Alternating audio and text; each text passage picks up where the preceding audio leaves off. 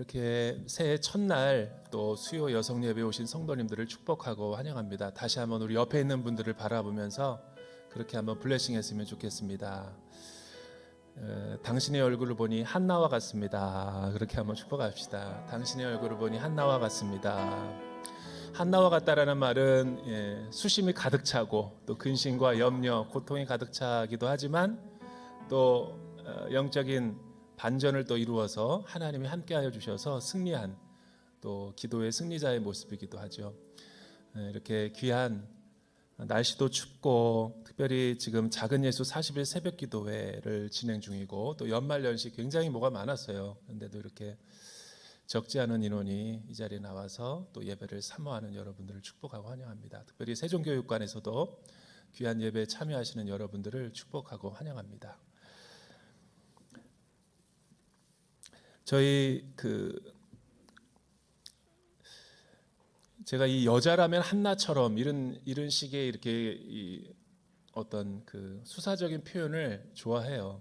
그래서 서빙고에서 여성 예배 때도 또 이렇게 양재에서도 여성 예배 한번 초대해서 간 적이 있는데 그때는 이제 여자라면 드보라처럼 뭐 이런 식으로 제가 이렇게 여성 인물을 약간 특화시키고 해서 조금 이렇게 뭐랄까 메시지를 전하는 걸 좋아하는데 오늘은 기도하는데 하나님이 여자라면 한나처럼 왜 우리가 한나를 본받아야 되는가? 기존에 알고 있었던 많은 우리의 설교들과는 다르게 새해 왜 이 한나와 같은 영성과 또 경건이 필요한가? 저희 이번 주일날 보니까 그래도 예배가 많이 회복이 됐습니다. 이 예배 인원을 보니까 2,200명 오프라인에서 우리 인원보다 사실은 뭐 성구영신 예배 토요 주일이 이제 끼어서 그랬기도 했지만 그래도 이렇게 믿음의 근력을 잘 이렇게 연습하셔서 오랜만에 3년 만에 정말 제일 많이 이렇게 예배당 가운데 예배드리는 성도들의 모습을 본 것 같아요. 우리 예배가 이렇게 많이 있지만 각 공동체에 어떤 사역이 있는지 우리는 잘 모르죠. 영어 예배도 있고 또 탈북민 예배, 우리 한누리 예배도 있고 또 중국어 예배도 있어요. 근데 영어 예배 가운데 교육자 이름이 영어 이름은 브라이언 오 그리고 한국말로는 오성광 전도사님 아직 목사 안수는 안 받았고 그의 이력을 보면 어느 날 이제 이력서를 갖고 제게 오신 분이에요. 내가 그분을 콜링한 게 아니라 그분이 나에게 찾아와서 일자리를 그래서 만남이 되게 특별했고 자신은 미국에서 사역을 하다 왔는데 사정이 있어서 우리 대전 온누리교회에서 꼭 같이 사역을 하고 싶다. 그때 도널드 목사님이 계셔서 제가 뭐 반응을 하지 않았지만 나중에 이렇게 얼굴을 뵙고 또 살아온 삶을 보니까 굉장히 그 안에 하나님을 어떤 사랑하는 그 열정이 느껴졌어요. 특별히 부모님은 필리핀 선교사님이신데 아주 오지에서 그러니까 아주 어린 오성광 전도사님을 데리고 가서 무남동료 외아들을 그냥 원주민들과 같이 키운 거예요. 그렇게 수십 명의 아이들과 자기 집에서 먹고 자고 하면서 그렇게 키우다가 또 하나님의 때에 대학을 이렇게 미국으로 지나가게 돼서 이렇게 예배학을 전공하시고 또 이 백인 사회에서 찬양을 인도하고 또 예배학을 전공하시다가 우리 교회에 온 거죠. 근데 아직도 이제 20대예요. 20대. 아직도 30살이 안 넘었어요. 근데 사모님이 얼마나 또순이냐면 교육학과를 나오셔서 아기들을 굉장히 아주 정말 젊은데도 불구하고 너무 세심하게 잘 키우는 거예요. 그래서 영어 예배가 드리고 나면 저는 예배가 다 끝났는데 제 사무실에 항상 그 아이들이 노크를 하고 제 방으로 놀러 와요. 그 아이들이 워낙 두 아이들도 에너지가 넘쳐서 그리고 엄마는 또 찾으러 오고 또 아빠는 예배 중에 설교하고 있고 막 이런 식으로 보통 주일이 진행이 되거든요. 그런데 이 오성광 전사님에게 어느 날 지난번에 기도 제목 때 알려드렸던 것처럼 하늘이 무너지는 것 같은 큰 사건이 일어나요. 우리 작년에 저도 조금 의아했어요. 왜냐하면 아이들이 목소리가 굉장히 크고 또 엄마의 목소리도 커지고 늘 이렇게 제 옆방에 들리기 때문에 왜 그렇게 크게 이렇게 말을 주고받나. 아무리 아이가 하이퍼라고 하더라도 나중에 알고 보니까 아이의 청력이 다 상실이 돼버린 거예요. 그것도 한 아이가 아니라 두 아이가 다. 너무 충격이 커가지고 한 달 동안 설교를 할 수 없었어요. 그래서 설교를 다시 어떤 다른 분들에게 맡기고 해서 이렇게 좀 위로하고 또 회복시키는 그런 일들을 했고, 특히 이제 사모님이 너무너무 힘들어해서 이거 뭐 우리가 같이 동역할 수 있을까 막 이 정도까지 갔는데, 그 필리핀에서 3년 동안 팬데믹으로 사역이 다 막아져 가지고 들어갈 수 없었는데, 그래도 필리핀이 PCR을 통해서 이렇게 허입을 하니까 바로 들어갔어요. 부모님들이 선교사인데. 들어가자마자 아이가 이렇게 됐다는 소식을 들은 거예요. 지난주에도 우리 교회 오셨는데 간지 일주일밖에 안 됐는데 그 소식을 들으니까 이 오성광 전사님과 그 사모님이 가눌 수 없을 정도로 마음이 무너지고 모든 소망과 희망을 다 잃어버려서 교회도 내려놓으려고 그러고, 그냥 그 마음을 어떻게 잡을 길이 없는 거예요. 누가 일주일 만에 필리핀에 갔다가 다시 돌아오셨어요. 두 부부가. 왜냐하면 아들이 혼자고 그 아이는 어려서부터 키워서 한번 마음을 잃어버리면 방황을 너무 오랫동안 해서 아무리 선교 사역을 해도 이렇게 잡히지가 않는다라는 거예요. 그래서 그 아이를 케어하면서 돌보면서 몇 개월 동안 같이 해주셨어요. 그래서 같이 부모님이랑 이 두 부부랑 식사를 하고 위로하면서, 그때는 뭐 이렇게 제가 해줄 수 있는 말이 특별히 없어서 요한복음 9장에 있는 말씀, 그러니까 나면서부터 소경된 자가 있는데 바리새인들과 예수님과 제자들이 논쟁할 때 이 사람이 이렇게 된 것은 누구의 죄 때문입니까? 예수님께 고소했을 때 저 부모들이 죄가 많아서 이렇게 된 겁니까? 아니면 본인 자신이 죄가 많아서 이렇게 된 겁니까? 그때 우리 주님이 이것도 아니고 저것도 아니고 제3의 길을 제시하죠. 이것은 부모의 죄도 아니요, 또 이 사람의 탓도 아니라 하나님의 영광을 드러내기 위해서, 또 하나님의 행하신 놀라운 일들을 위해서 이렇게 된 것이다 라고 해석을 해주셨죠. 우리는 흔하게 기본적으로 우리 한국 사람들이 갖고 있는 이 고난에 대한 의미, 해석을 성경적이지가 않고 되게 왜곡하고 또 잘못해서 이 교회 안에서 신앙생활을 하면서 받아들일 때가 참 많아요. 특히 여성들이 많이 그래요.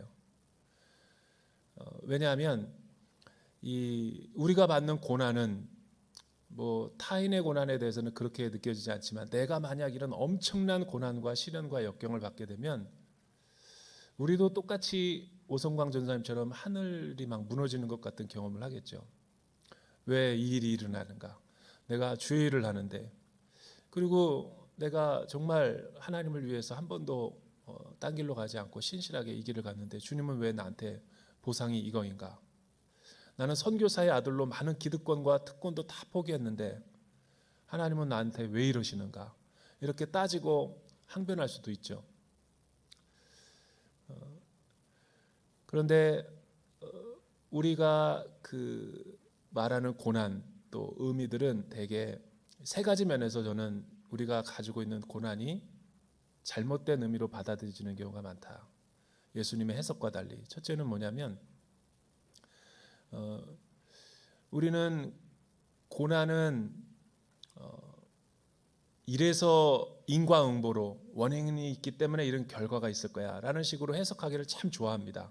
안 그러고 싶으려고 그래도 예수 믿는 사람들도 예수를 믿는 믿음이 있는데, 생명이 있는데도 막상 내가 그 안에 프레임으로 들어가 버리면 그렇게 단죄하고 정죄하고 판단하죠. 그래도 뭔가가 있을 거야. 그러나 성경은 그 원인과 이유가 없다라고 얘기해요. 만약 그렇게 되면은 원인과 결과로만 따져서 이런 일이 나에게 벌어졌다라고 해석하게 되면 우리는 다른 길을 찾을 수가 없게 되죠. 그러니까 좋은 것이 아니면 나쁜 거다 이런 식으로 해석을 해버리게 되면 어떤 원인 때문에 이 일이 일어났다라고 해석해버리면 더 이상 우리는 이 틀거리에 갇혀서 헤어나올 수가 없는 거예요. 내가 고난에 빠져가지고 힘들 때 보면 나 자신도 그렇게 되는 거예요. 그러니까 이거 인과응보식은 굉장히 잘못된 해석이다. 특히 예수 믿는 사람들에게. 두 번째는 하나님의 성품을 왜곡시킬 수 있어요. 그런 식으로 고난을 해석하게 되면 어떤 원인이 있고 이유가 있기 때문에 이렇게 하나님이 나를 징벌했을 거야. 예를 들어서 여러분 고난이 있게 되면은 우리는 하나님이 나를 어떤 기억하지 않으신다. 하나님은 나에게 숨어 있다. 왜 하나님은 나에게 이렇게 기도하고 눈물로 하나님 앞에 밤을 지새우는데 찾아오지 않으시고 응답하지 않으시는가? 답답한 마음을 토로할 때가 많죠. 우리가 이제 읽어볼 이 한나처럼. 그런데 성경의 하나님은 숨바꼭질을 좋아하는 하나님이 아니죠. 여러분 숨바꼭질의 묘미는 어디 있어요? 숨바꼭질은 감추어지려고 숨으려고 예수 믿는 사람들에게 하나님이 나 잡아봐라 그러고 숨기 위해서 숨바꼭질 하시는 하나님이 성경의 하나님이 아니거든요. 숨바꼭질의 진정한 의미는 여러분 그거 아셔요? 저희 둘째 아들이 그렇게 숨바꼭질 놀이를 좋아해요. 얘는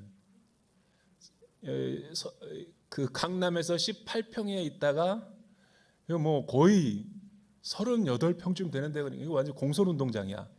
집에 가면 애 맨날 찾아보라고 그러는데 어떻게 얘기하는지 아세요? 저보고 가만히 내가 침묵을 한다고요. 그럼 애가 장롱 속에서 큰 소리로 외쳐요. 왜 안 찾아? 여러분 숨바꼭질의 묘미는 감추어서 못 찾으려는 게 아니라 찾는 데 묘미가 있는 거죠. 그런데 내가 고난을 받을 때 하나님이 나에게 숨어 있고 나에게 나타나지 않으시고 자녀가 고통받는데도 나의 삶에 개입하지 않는다면 그게 과연 성경적인 하나님인가? 이런 의미에서 우리가 알고 있는 고난의 해석은 잘못된 거죠. 마지막 세 번째로는 여러분 우리는 인과응보식으로 고난을 자꾸만 해석하다 보면 인간이 주도적으로 하나님 대신에 내가 미래와 나의 모든 것을 알려고 그러고 모든 것을 나의 길과 나의 미래를 점치듯이 예견하려고 하는 어리석음에 빠져버리는 거예요. 성경은 한 번도 고난을 이 세 가지 식으로 이야기하잖아요. 고난이 있긴 있지만 고난을 다 답을 안 가르쳐 주세요. 그래서 고난은 신비죠. 그러나 분명한 것은 그 고난을 통해서 하나님을 새롭게 알고 성장하고 성숙하고 어떤 하나님께로 더 가까이 나가는 믿음의 신비한 연합의 지렛대로 사용하는 거죠. 요즘에 오성강 전사님과 그 사모님과 자녀들을 보면 다시 밝아졌어요. 뭐 아이가 귀가 들리는 것도 아니고 다시 예전처럼 돌아간 것도 아니지만 다시 활력을 되찾고 열심히 교회 사역을 하고 있어요. 여러분 2023년에 새해가 밝았는데 왜 하필 이 고난의 문제, 고통의 문제로 이 새해 벽두부터 수요 여성 예배 첫 포문을 여는가? 하나님은 우리에게 가끔 원인과 이유도 없이 하나님의 자녀들에게 고난을 허락하실 때도 있고 허용하실 때가 있어요. 허락이라는 것은 선한 일을 허락하실 때도 있고 허용이라는 것은 악이지만 협력하여 선을 이룰 수 있도록 보호하지 않으시고 내버려 둘 때가 있다는 거죠. 좋은 일을 통해서 또 나쁜 일을 통해서도 하나님은 우리 가운데 신앙의 변주곡을 써나갈 때가 있는 거예요. 그 이유가 무엇인지 우리는 한나의 마음을 통해서 같이 우리가 한번 탐구해 보기를 원합니다. 여러분 한나의 믿음을 통해 하나님께서 우리에게 말씀하시고자 하는 바가 무엇일까요? 먼저 9절에서부터 11절 우리 같이 한번 한 목소리로 읽어볼까요? 9절에서부터 11절 말씀 시작. 그들이 실로에서 먹고 마시고 난 뒤 한나가 자리에서 일어났습니다. 그때 엘리 제사장이 여호와의 성전 문 옆에 있는 의자에 앉아 있었습니다. 한나는 마음이 너무나 괴로워 울고 또 울면서 여호와께 기도했습니다. 그리고 맹세하면서 말했습니다. 전능하신 여호와여, 만약 주께서 주의 종의 비참함을 굽어보시어 저를 기억하시고 주의 종을 잊지 않고 제게 아들을 주신다면 제가 그 평생을 여호와께 바치고 결코 그 머리에 칼을 대지 않겠습니다. 9절서부터 11절에 있는 내용 보니까 한나가 뭐 기도를 막 하려고 이제 성막 안으로 이제 들어가려고 할 때 만난 엘리 제사장과 함께 대화하고 있는 장면이죠. 그런데 왜 한나는 지금 마음이 고통스럽고 그 슬픔이 가득한 여인이었는가? 이 마음의 고통과 한나의 그 슬픔 이면에는 이 당시에 있었던 특별한 사무엘서의 시대적인 배경이 맞물려 있다는 거예요. 여러분, 사무엘서가 시작되기 전에는 사실은 이 한나의 시대는 사사 시대의 말기에 해당되는 거죠. 그러니까 오버랩되면서 사사 시대를 같이 중첩되면서 사무엘서가 도입 부분을 시작하고 있는데, 그가 원통하고 슬픔과 고통이 가득했던 이유는 세 가지 이유가 있어요. 첫째는 그의 남편 엘가나 때문이에요. 두 번째는 그의 세컨드 첩이었던 브닌나 때문에 그렇죠. 그리고 한나를 둘러싼 주변 인물들, 마지막 한나에게 고통을 주었던 것은 제사장이었던 엘리 때문에 그런 거예요. 그러니까 한나를 가운데 두고 주변의 세 인물이 그 당시 시대와 맞물려서 한나에게 많은 아픔과 고통을 주고 있었기 때문에 한나는 이 시련에 북받쳐 가지고 울고 있는 거죠. 왜냐하면 사실은 그의 남편 엘가나를 보면 레위 사람이었고 에브라임 지파였고 제사장이었음에도 불구하고 그 당시 고대 문화의 세상적인 풍습이었던 대리모를 통해서 자녀를 낳았죠. 아마 그 당시에 속하다면 사사시대라는 것을 감안하면 그렇게 행하는 것이 그게 특별한 윤리적인 도덕적인 죄에 해당되지는 않을 거예요. 왜냐하면 사사시대였기 때문에. 사사시대라는 전제하에 그것은 묵인되고 용인되고 있었던, 그도 그럴 것이, 여러분 오늘날 우리 한국 교회에도 신앙생활하는 것이 초대 교인들이 봤을 때 윤리적으로 도덕적으로 이상함에도 불구하고 우리는 눈치채지 못하고 묵인할 수 있는 그런 윤리적인 행태가 있겠죠. 예배 시간에 뭐 늦게 들어온다든가, 초대 교인으로는 상상을 할 수 없는 거예요. 여러분 예루살렘 교회에 부흥이 임했을 때 초대 교회의 그 교부의 문헌들을 보면 신앙 성경을 읽을 때 앉아서 하나님의 말씀을 읽지를 않았어요. 초대 교인들은 감히 어떻게 하나님 말씀을 다 일어나서 읽었죠. 그리고 앉았죠. 근데 우리는 가만히 앉아서 팔짱 끼고 찬양을 하는데도 가사를 입도 뻥끗 안 하고 눈으로만 읽고 있고, 초대 교인들이 보면 다윗의 장막에 보면 이해야 기가 찰 거예요. 아마 저것도 예배인가, 윤리적으로 문제가 있는 거죠. 그런데 우리는 아무렇지도 않게 받아들이고 있잖아요. 이 당시도 그랬던 거죠. 그러나 그 세컨드 첩이었던 브닌나가 자식들을 여러 명 낳아서 할 수 없이 원패밀리로 실로에서 제사가 있을 때마다, 제사장이기 때문에 같이 순례의 길을 걸어갔겠죠. 그런데 갈 때쯤마다 항상 이 브닌나, 적수로 있는 그녀가 이 엘가나의 사랑을 독차지하기 위해서 이 막 마음에 이렇게 그 심장 폐부를 관통하는 막 엄청난 독서를 퍼붓겠죠. 여러분 드라마를 많이 봐서 상상이 가잖아요. 그 상상을 해보세요. 남편이 있을 때는 화목한 것 같고 남편이 좀 안 보일 때는 막 옆에서 그냥 독서를 뿜는 이중인격적인 모습, 브닌나. 너가 무슨 애도 못 낳는 것이, 특히 고대 세계에서는 아이를 못 낳는다. 우리 뭐 조선 사회에서도 그랬지만 고대 세계는 시집 갔는데 자녀를 못 낳는다. 이거는 신에게 버림받았다라는 저주. 요한복음 9장에 나면서부터 소경된 사람처럼 사람들은 인과응보로 다 생각하기를 좋아해요.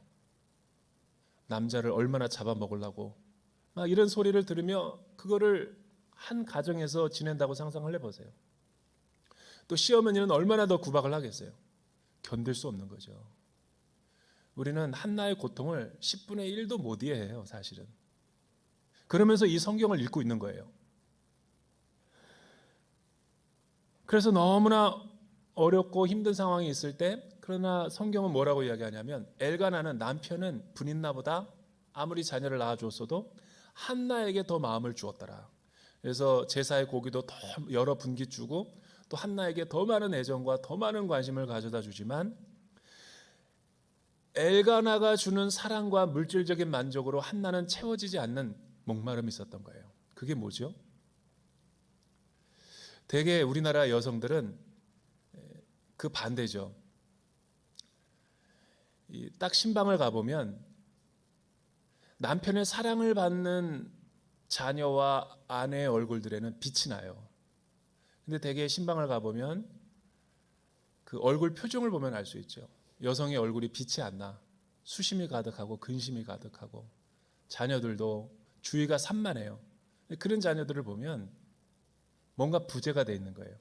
그게 뭐냐면 남편이 돈을 안 벌어다 줘서도 아니고 뭐 남편이 사회적인 성공을 안 해서도 아니고 자녀가 원하는 대학에 못 들어가서도 아니고 여러분 남편의 사랑을 받지 못하는 여인들을 보세요. 특히 우리나라 사회가 많죠. 교회로 다 몰려옵니다. 교회로 와서 뭐하게 위로를 받는 거죠. 계속 그냥 채워지지 않는 뭔가. 동창생을 만난다고 해서 그게 채워지는 게 아니에요. 부업을 한다고 해서 채워지는 것도 아니죠. 내 대학교 때 전공을 살려가지고 학원 강사로 뛴다고 해서 되는 것도 아니에요. 요리 강습을 한다고 되는 것도 아니죠. 취미 생활을 한다고 되는 게 아니에요. 여러분 우리 사람의 마음에는 하나님의 형상으로 지은 바 돼서 사람의 마음 가운데 그 항아리에는 하나님의 형상, 하나님의 그 좌소가 있는데 그거는 하나님만이 채울 수 있는 사랑의 공간인 거예요. 그 하나님이 하나님 되지 않으면 우리 마음 가운데 주인이 되지 않으면 우리는 아무리 그 외적인 것으로도 채우려고 해도 만족이 안 되는 거예요. 한나가 그랬던 거죠. 한나는 남편의 사랑이 기쁨이 되지 못했어요.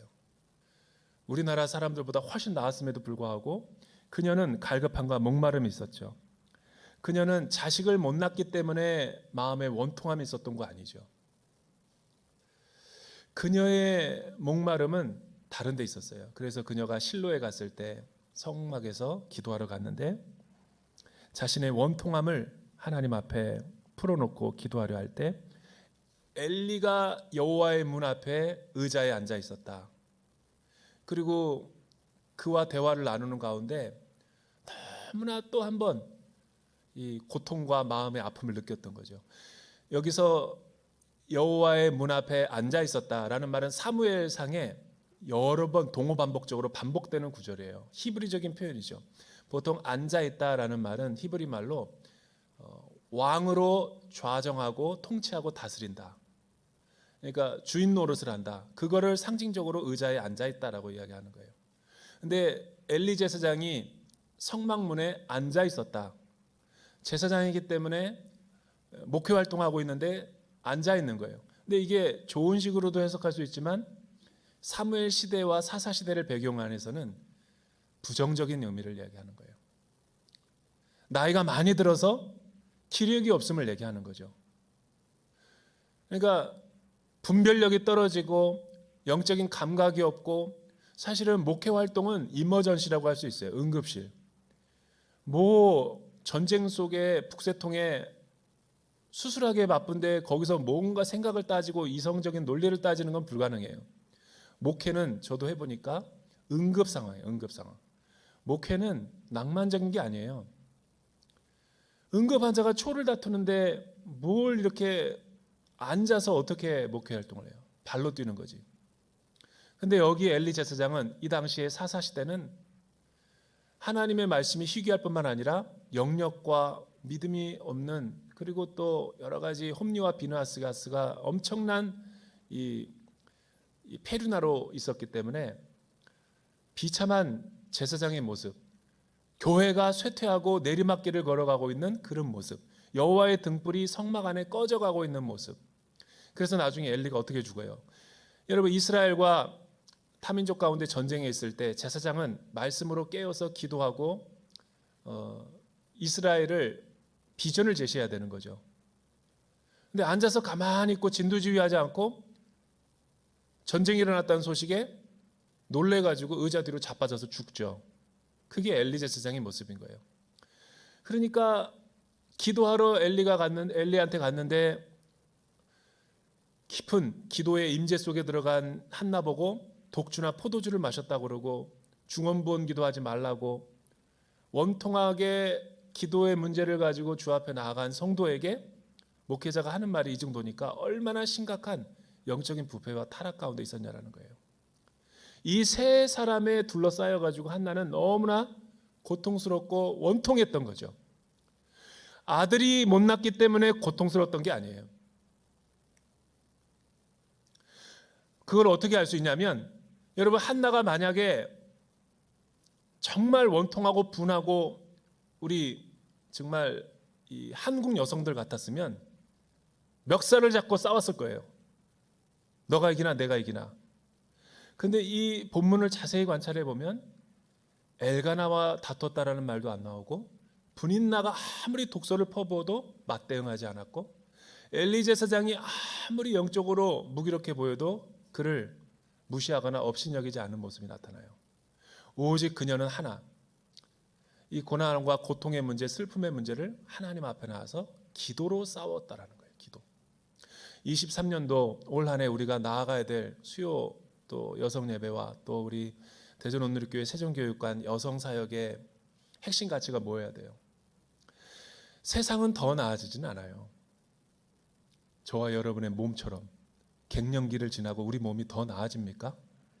매번 기도해달라고 오는데 건강이 나아지게 해주시고, 제가 볼 때는 연식이 오래된 차처럼 수리하면서 써야지 팔다리 쑤시고 허리 아프고 그런 거 나아질 거라고 생각하는 우리의 생각 자체가 이 세상에서는 불가능해요. 하나님 나라 가면 새 창조를 덧입기 때문에 거기에서야 가능하지만, 죄로 인해서 타락하고 오염된 세상에서는 더 나아지진 않아요. 현상 유지만 하면 잘하는 거죠.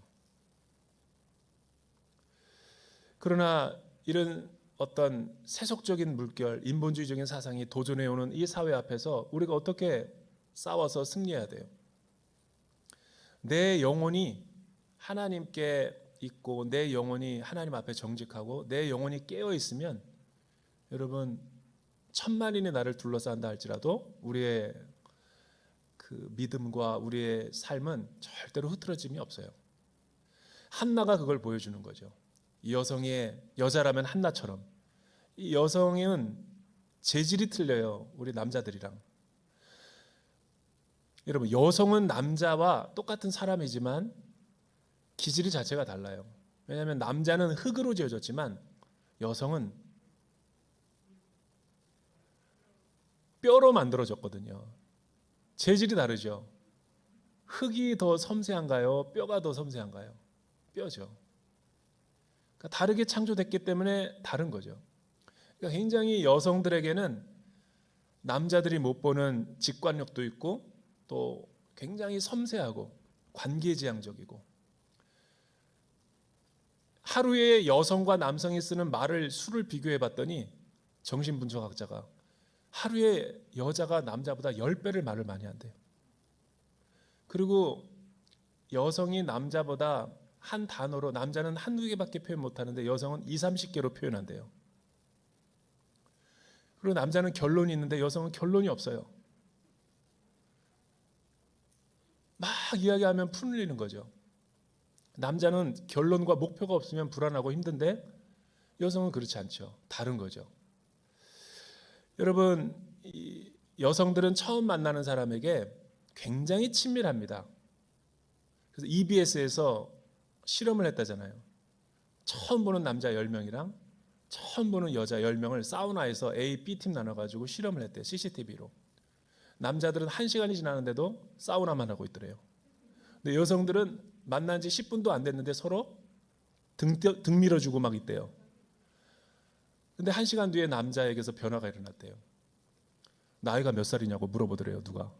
그러더니 서열 정리가 다 돼요. 그러니까 남자와 여자가 다른 거죠. 여성은 작은 거 하나만 가지고도 막 대화 소재가 되고 서로 오밀조밀하고 친밀해지고 다음에 우리 집으로 놀러 오라고 그러고 금방 친구가 되는데, 남자는 안 그래요. 일 중심이고 또 이렇게 관계지향적이지 못하죠. 나이가 되게 중요하고 서열이 중요하죠. 한나는 여성에게 있는 섬세한 그 영적인 감수성을 가지고 하나님 앞에 그 느낌을 가지고 나아간 거예요. 왜? 내 마음에 있는 이 고통과 슬픔이 뭐지? 남자는 그런 문제 느낌이 없어도 사는데 여자는 그 느낌과 문제가 해소가 안 되면 일상생활이 불편해져요. 그러니까 이 문제를 가지고 계속 기도하는 거죠. 실로에서.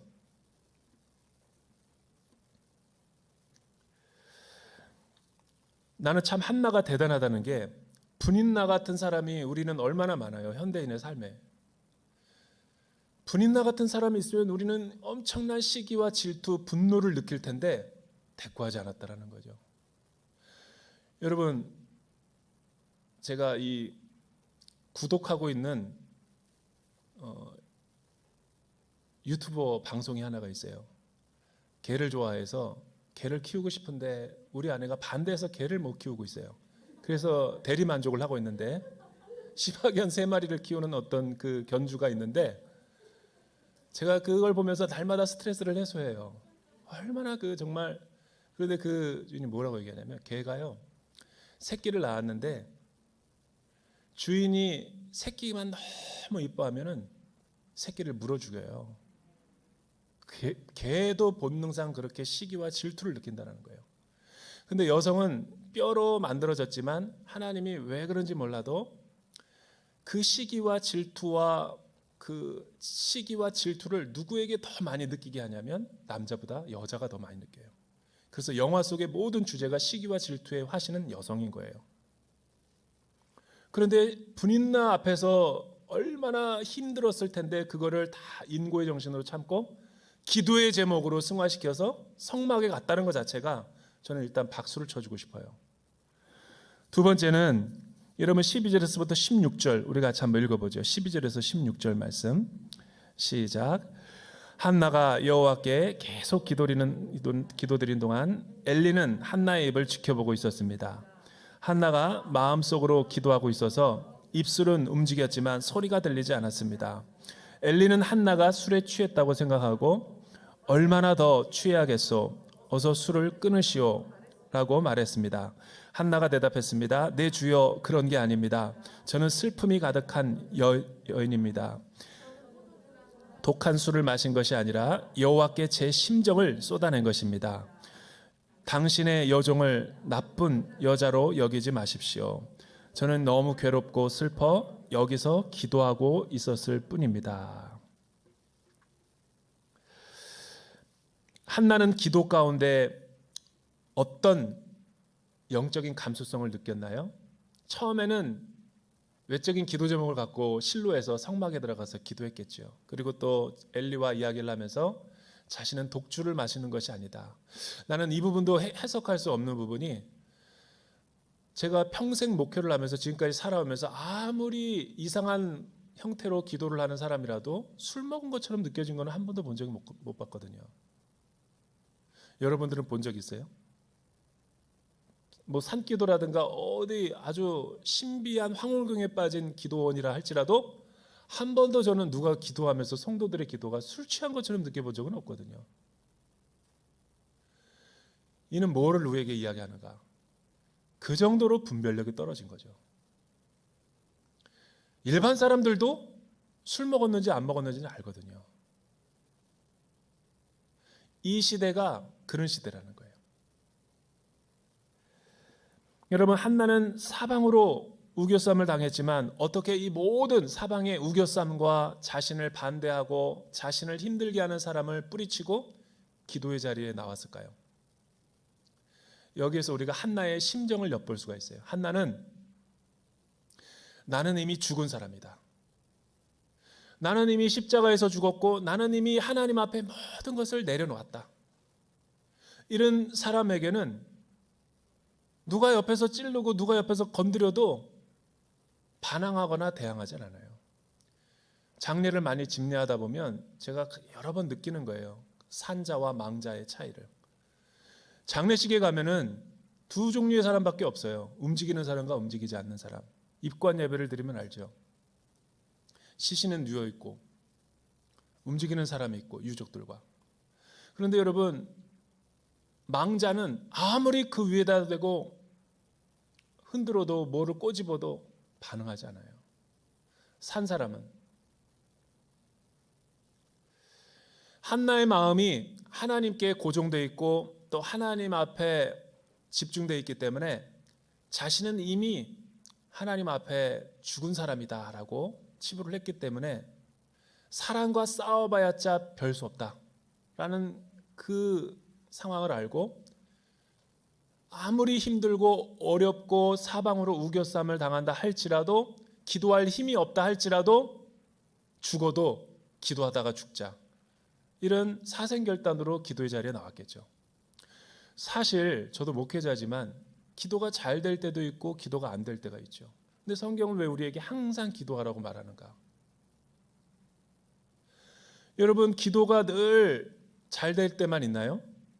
사실은 몸은 여기 와 있지만 마음은 분산되어 있을 때가 참 많아요. 그런데 하나님이 한나를 주목하고 있는 것은, 하나님의 사람들이 아무리 어렵고 힘들다 할지라도 하나님은 그 고통을 통해서 하나님께로 나오게 하고 하나님의 앞에 그 우리의 문제를 기도의 문제로 승화시키기 원하는 거죠. 기도 제목으로. 일단 기도의 제목에 가지고 나오면, 기도하는 모임 가운데 나오면 뭐가 좋으냐면 기도의 자리를 지키는 게 큰 위로가 되고 힘이 될 때가 있어요. 존다 할지라도. 왜냐하면 하나님은 다 아시거든요. 기도하러 나온 여성들과 기도하러 나온 사람들의 마음을 하나님이 모르시겠어요? 내 마음의 동기와 내 마음의 중심을 아시는 주님은 나 기도해야 되는데 이 생각만 들어도 다 아는 거예요. 그래서 여러분이 졸더라도 하나님은 다 기도하지도 않았는데 다 응답해 줄 때가 있는 거예요. 어떻게 보면은 맨정신으로 나와서 기도할 때가 더 심각한 문제가 있을 때가 있어요. 기도의 의지가 충만해가지고 나온 사람일수록 잘못된 기도를 할 때가 많아요. 왜? 이미 내가 기도 제목을 갖고 나왔거든. 그 기도 제목 1, 2, 3, 10가지, 그리고 기도 제목 우리 가정에 안 들어주면 안 된다라는 식으로 하나님 앞에 나오니까 하나님이 우리의 가정의 왕이 되시고 통치하실 틈이, 여지가 없는 거죠. 여러분, 기도는 내 기도의 제목에 응답해 달라고 요구하는 게, 떼쓰는 게 기도가 아니에요. 마치 부모가 밥을 준비하기 위해서, 저녁을 준비하기 위해서 반찬을 막 만들고 있는데 과도를 갖다가 어린아이가 3살밖에 안 된 나이가 자기도 해보겠다고 달라고 그럴 때, 가스불 켜겠다고 가스라이터를 달라고 그럴 때 아유 이쁜 것 여기다 다 가져라, 이렇게 말하는 부모가 어디 있어요? 너무 사랑하기에 요구할 수 없는 거, 들어줄 수가 없는 거죠. 그러니까 나의 뜻이라 할지라도 나의 뜻이 하나님의 뜻과 일치가 되느냐 안 되느냐가 더 중요한 건데, 우리는 하나님의 뜻은 상관하지 않고 무조건 나의 뜻대로 요구하고 떼쓰는 게 기도라고 생각해요. 그러니까 기도가 응답이 안 될 때가 있는 거죠. 응답이 안 된 게 아니라 안 들어주는 게 응답이죠. 너무 사랑하니까 들어줄 수 없는 거죠. 지금은 아니죠. 복을 받을 그릇이 준비가 안 됐는데, 때가 많이 꼈는데 그 복을 주어버리면 하나님 배반하고 도망가죠. 그래서 하나님은 기도의 축복을 주시기 전에 기도를 많이 시키는 거예요. 나는 많이 봤어요. 사업에 망했을 때는 기도의 자리에 나와서 기도하면서, 취업하기 전에는 취준생일 때는 기도를 열심히 하면서, 취업되고 나고 사업이 성공하고 나니까 기도 안 하는 사람 많이 봤어요. 심지어는 하나님 떠나는 사람 봤어요. 왜? 성공하고 물질이 세우니까 교회 나올 시간 없고 교회 할 시간 없다 그러고 자기 자신이 했다 그러고, 이러다가 대박을 맞았다가 쪽박 찬 사람들을 많이 봤어요. 무조건 잘 되는 게 축복이 아니죠. 여러분, 하나님의 뜻에 일치가 될 때가 더 중요한, 하나님께서 기뻐하는 우리의 모습이죠. 한나는 하나님 앞에 원통함을 가지고 하나님의 마음을 가지고 나아간 거예요. 그 문제를 가지고 하나님의 마음 앞에 쏟아놓으니까 하나님이 한나의 마음을 만져주기 시작한 거죠. 어떻게 만져줬는가? 우리 17절에서부터 19절 마지막으로 한번 읽어볼까요? 17절에서 19절 같이 읽어보죠. 시작. 그러자 엘리가 말했습니다. 평안히 가시오. 이스라엘의 하나님께서 당신이 구한 것을 허락하실 것이오. 한나가 말했습니다. 당신의 여종이 당신께 은총받기를 바랍니다. 그러고 나서 한나는 가서 음식을 먹고 이후로 얼굴에 근심을 띠지 않았습니다. 다음 날 아침 그들은 일찍 일어나 여호와 앞에 경배하고 라마의 집으로 돌아갔습니다. 엘가나는 자기 아내 한나와 잠자리를 같이 했고 여호와께서는 한나를 기억하셨습니다. 18절까지 읽었죠. 19절을 한 번 더 읽었는데, 한나는 마음이 너무나 사람들과 다투기 싫고 자신의 문제를 하나님과 씨름하기 위해서 기도의 자리에 갔지만, 하나님이 한나에게 긍휼을 베풀어 주셔서 깊은 기도 가운데 들어갔다가 한나의 마음과 하나님의 마음이 연합된다는 것을 알게 됐죠. 그게 은혜인 거죠. 여러분, 처음에는 나의 욕심과 나의 뜻대로 막 기도했다가, 기도의 자리에 있는 게 왜 좋으냐면, 기도하면 일단 나의 영혼의 불순물들이 용광로에서 다 태워지게 돼요. 그래서 기도하는 사람과 기도하지 않는 사람의 차이가 나는 거죠. 기도하게 되면은 훨씬 더 영혼이 순수해집니다. 그리고 고난이 오게 되면 더 영혼은 순수해져요. 그래서 하나님이 고통을 제2의 창조라고 말하는 거죠. 그 이유도 알 수 없고 원인도 알 수 없고 왜 이 엄청난 일이 우리 가정과 내 삶 가운데 시련이 주어지는가, 답을 주려고 하지 마세요. 이렇게 보면 편하죠. 하나님이 나를 더 성장하고 성숙하게 하려고. 그래서 이유 없이 고난을 허락하실 때가 있죠. 왜? 사람은 고난이 있어야지 낙타무릎이 되기 때문에.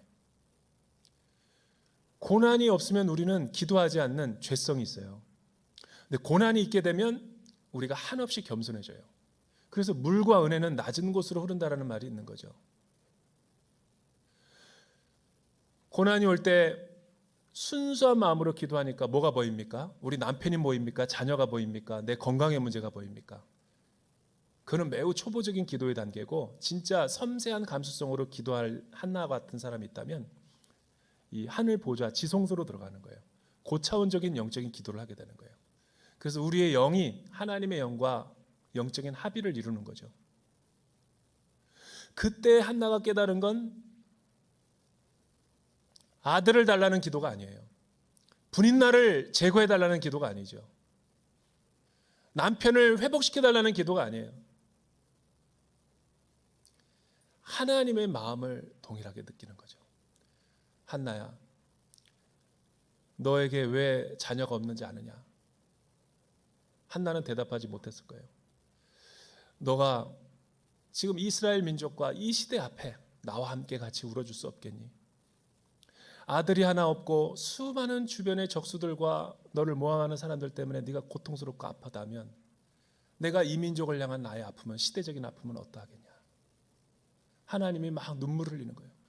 하나님이 눈물을 흘리는 게 아니라 한나도 막 눈물을 흘리는 거예요. 그런 기도 해보셨어요? 여러분, 한나가 그때야 무릎을 친 거죠. 자신의 삶이 해석이 되니까. 바로 그거구나. 왜 우리 가운데 고난을 허락하셨는가를 보니까 하나님의 마음을, 심정을 느끼게 하려고 그렇게 한 거예요. 그래서 한나는 결단하죠. 서원을 합니다. 진실한 서원을 하죠. 만약 표적으로 사무엘을 아들을 주신다면 삭도를 내지 않고 나시린으로 키우겠습니다. 이 이스라엘의 꺼져가는 등불을 다시 세우는데 이 아들을 바치겠습니다. 이게 하나님이 우리에게 원하시는 사건이죠. 23년도는 이런 한나와 같은 영성을 가지고 살아가야 돼요. 지난번에 김용삼 목사님 서울역 노숙자 하시는 분이 우리 교회 와가지고 이 강단에서 뭐라고 얘기하는 것 가운데 가장 마음에 와닿는 대목이 뭐였냐면, 자기 오래 수십 년 동안 노숙자 사역을 하는데 기억에 남는 사람이 한 사람이 있대요. 노숙자를 사역을 하면 그 이 엄동설 안에 씻지도 않고 먹을 것도 없고 그냥 이렇게 박스 같은 거 해놓고 자고 있는 거예요. 동사 걸려서 죽는데. 그들에게 찾아가서 물티슈로 얼굴 다 닦아주고 머리도 감겨드리고 다시 양말 벗겨가지고 때 많은 그 발톱을 다 깎아주고 손도 깎아주고. 그런데 여러분, 수십 년 사역을 했는데도 동일한 자리, 동일한 위치에서 7년 동안 한 번도 말을 하지 않는 사람이 있었대요. 보통 먹을 거를 주면 안녕하십니까, 감사합니다 이런 말 하는데 7년 동안 한 번도 말을 하지 않고 벙어리인 줄 알았대요. 나중에 알고 보니까 기가 차서 말이 안 나오더래요. 고신층 목사님이래요. 목사님이 그렇게 노숙자로 7년째 살아가고 있는 거예요. 말 한마디 않고. 이유가 뭐냐니까 하나님이 한국교회의 죄를 회개하라고 나보고 이렇게 하라고 그랬다. 예언자적 목소리로 순종해서 자기는 한 것뿐이래요. 한국교회의 너무나 비참한 모습을 하라고 기도 가운데 하나님 마음 주셔서 기성교회 내버려 두고 그렇게 노숙자로 지내는 거예요. 헐벗고 굶주린 모습. 여러분, 한나의 마음이죠.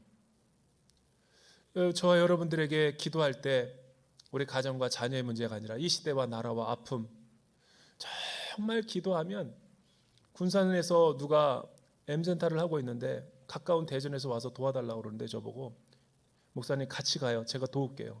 제가 여성사역에 할게요. 이렇게 막 따라오겠죠. 강동진 목사님 의성에 와서 다문화 하는데 목사님 기도하다가 저들의 눈물을 제가 봤습니다. 제가 저들을 닦아주겠습니다. 같이 가죠. 목사님 문막에 세빛자매회 40년 동안 선교사역을 했는데 한국교회가 돌보지 않습니다. 제가 할게요. 이렇게 나오는 거죠. 그게 한나의 고통이고 한나의 영성인 거죠. 하나님은 이런 사람을 찾고 있는 거예요. 나는 우리 여성 예배가 감상주의적인 예배가 되지 않기를 바랍니다.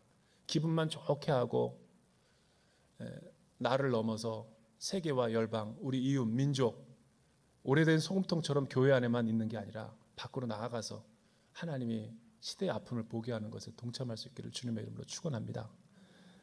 아멘. 세 사람 했어요. 주의 이름으로 축원합니다. 기도하겠습니다.